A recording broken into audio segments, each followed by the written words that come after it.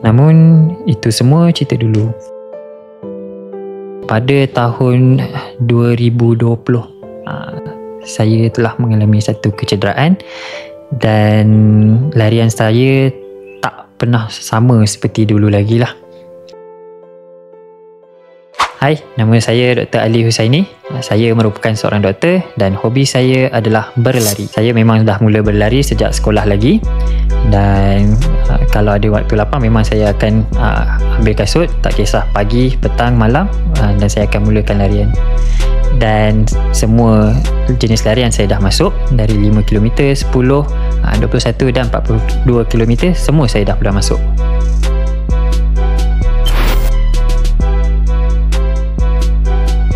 Bagi sesetengah orang mungkin dia merasakan larian itu adalah satu siksaan, tapi bagi saya dia adalah satu anugerah. Semua orang boleh pilih untuk tak berlari, tapi tak semua orang boleh pilih untuk berlari. Pada yang masa yang sama juga, saya boleh kekal fit untuk melakukan aktiviti harian. Jadi setiap hari kalau boleh, saya akan cuba untuk kekalkan running streak saya at least lah 2-3 km sehari.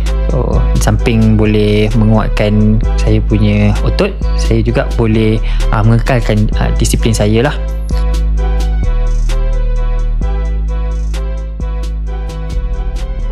Namun itu semua cerita dulu. Pada tahun 2020, saya telah mengalami satu kecederaan dan larian saya tak pernah sama seperti dulu lagi lah. Saya rasa seolah-olah ada benda yang kosong.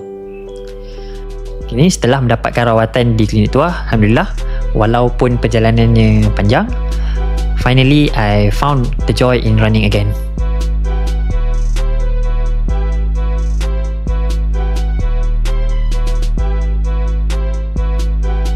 It is so much different bila you have the right knowledge and the right treatment to continue your run.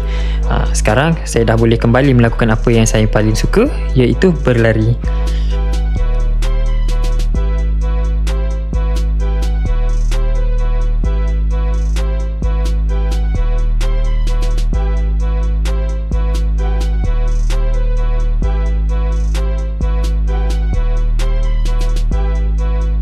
So, what's stopping you?